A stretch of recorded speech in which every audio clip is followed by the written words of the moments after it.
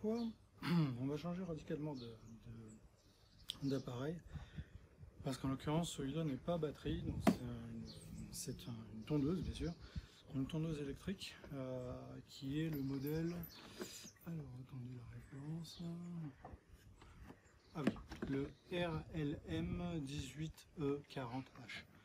Donc cet appareil, comme je vous l'ai dit, n'est pas électrique, c'est le bloc là qui est là, c'est juste pour le design, pour rester dans le même design noir et jaune et vert des autres, mais ne permet pas de pouvoir y connecter les batteries à 18 plus ou les 36 plus. Donc, en revanche, l'usage c'est le même. Donc on a ce principe pour le rangement. Moi, il est plié comme ça dans mon local, comme vous venez de le voir. En fait, quand j'ai besoin de l'utiliser, j'ai juste à déplier ici, à faire en sorte que ça soit tenu ici pour le câble, pour que ce soit le long du système, et puis fermer là. Et là, c'est prêt pour le fonctionnement. Concernant l'alimentation, donc c'est du simple 220 volts. Attention, c'est quasiment 2000 watts, donc 1008, 1800 watts d'usage. Donc ça tire quand même pas mal de jus, donc évitez d'utiliser des câbles, notamment des rallonges qui ne supportent pas de grosses d'intensité, parce qu'on va couper. Principalement, vous êtes en train d'utiliser pendant un certain nombre de minutes, voire quasiment une heure. Donc ça, sur les rallonges un peu bas de gamme, c'est le genre de choses qui font flamber les rallonges. Donc prenez une rallonge qui soit assez costaud. En général, c'est codifié, donc c'est marqué ici l'intensité maximale et minimale qui est dessus. Minimale étant l'intensité quand elle est enroulée. Donc n'hésitez pas à dérouler vos câbles, parce qu'enroulé, vous divisez par 3 quasiment la capacité. En général, c'est environ 2 à 3000 watts déroulé, et c'est plutôt 900 watts quand c'est enroulé. Ça veut dire que vous faites un effet de résistance à avoir, le câble enroulé autour de son axe ou autour de son support. Donc déroulez votre câble, préparez-vous, et ensuite vous allez simplement à prendre la prise comme celle-ci, la faire passer donc sur le haut. Donc hop, je vais essayer de relancer un peu. Hop. Ici, vous avez un espèce d'axe. Donc vous pliez simplement la rallonge, vous gardez environ 50 cm. Vous pliez, mais pas non plus fortement, juste pour le faire passer dans cet anneau-là. Hop. On le coince à ce niveau-là. Ça, c'est pour éviter justement que le câble se défasse alors que vous êtes en plein fonctionnement. Et ensuite, on le passe ici, donc soit sur le haut, soit sur le dessous, comme vous voulez. Le principe, c'est qu'il soit coincé. Et après, on a juste à l'enficher dans sa prise. Hop. Et là, il est prêt au fonctionnement. Pas vraiment de grande complexité en termes d'usage. On a une poignée ici, donc une sécurité qui est là au milieu. On appuie sur la sécurité, on appuie ici, et là on est parti pour démarrer la tondeuse et la faire tourner donc au besoin. En termes de réglage, réglage ou du moins d'option d'usage, on a simplement une poignée qui est ici. Je vais débrancher. Pratique. Hop.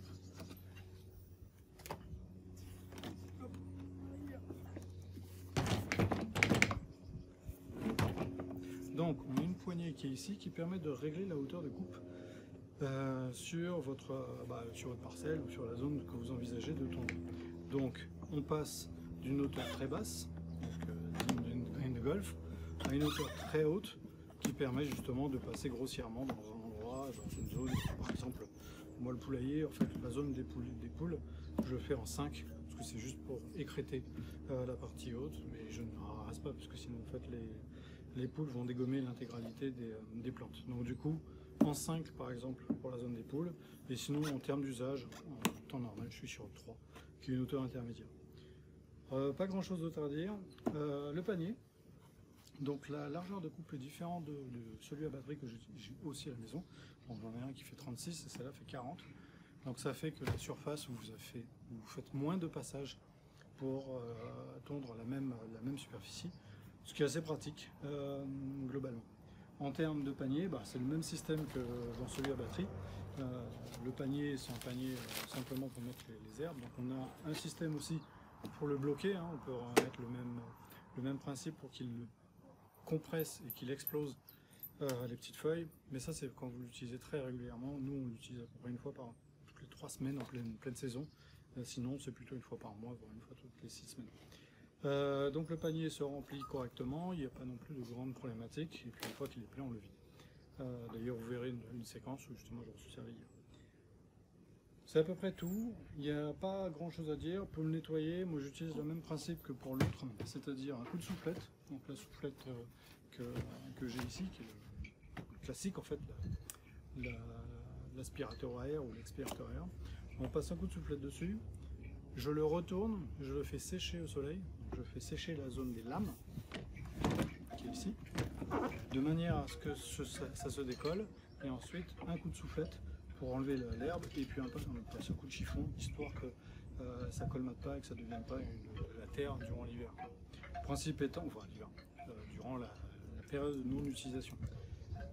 Il est clair que quand vous l'hivernez, il faut peut-être nettoyer un peu plus que quand vous l'utilisez en pleine saison toutes les 3 semaines. Mais toujours est-il que moi je la nettoie à peu près à chaque fois, ce qui fait qu'elle peut passer tranquillement la période de non-usage sans aucun grand souci. Voilà. Appareil sympa. Le retour d'expérience, je peux le donner parce qu'on l'utilise maintenant depuis plusieurs semaines. Globalement, on utilise les deux en parallèle. Donc celle à batterie 2x18 et puis celle-là. On va utiliser celle-là autour de la maison. Donc dans la zone, c'est souvent ma femme qui utilise. Elle est très légère. Vraiment, c'est un truc de fou par rapport à l'autre. C'est qu'elle est vraiment beaucoup plus légère que celle à batterie. Ce qui fait qu'à l'usage, c'est ma femme qui se sert de celui-là. Moi, je me sers de l'autre pour la zone où le câble sera compliqué à emmener en termes au niveau électrique. Donc du coup, les deux tournent en continu en général. Quand on passe la tondeuse, on passe les deux, chacun sa tondeuse, et on fait la zone de la maison en à peu près une demi-heure. On a environ 6 à 800 mètres carrés de surface à tondre, donc à peu près 300 mètres carrés ou 400 mètres carrés autour de la maison. Puis après, dans la zone du bas, la zone des poules, là, ça va être à peu près un peu plus long. Donc on a environ 400 mètres carrés dans cette zone-là aussi. Donc chacun sa surface, et vraiment, ma femme aime bien celui-là parce qu'elle a un côté très légère à l'utiliser. On n'a pas besoin de forcer ou à peser. Et en plus, le fait qu'elle soit plus large, il y a moins de passages aussi à faire, donc du coup, c'est un peu plus rapide. Donc voilà, l'utilisation est vraiment top. Moi, je le conseille si vous avez une petite maison avec jusqu'à 500-600 mètres carrés ou une surface en format carré qui s'y prête bien. Quand vous avez du rectangle allongé, ça veut dire que vous allez avoir du câble en très grande longueur. Là, c'est très vite peu pratique. Par contre, une forme carrée où la maison est au milieu et il faut tourner autour, si vous avez des prises qui sont disponibles, vraiment ça c'est top parce que vous n'avez pas besoin de grandes distances. Et honnêtement, la 40, ça a un côté très pratique et très utile. Dernier point. En termes de puissance, encore une fois c'est 1800 watts, mais c'est 1800 watts en continu, contrairement à la batterie où là ça va être une puissance maximale au départ, et puis plus la batterie se vide et plus la puissance est diminuée. Là c'est 1008 tout le temps. Moi je m'en sers aussi pour le broyat, donc c'est-à-dire typiquement la séquence que vous verrez, c'est les haies qui sont derrière moi qui ont été taillées, donc du coup toute la partie par terre était le laurier, en fait les feuilles de laurier. Donc ça je m'en suis servi direct. Il me restait que quelques branches, tout le reste est passé directement au compost et du coup peut être recyclé.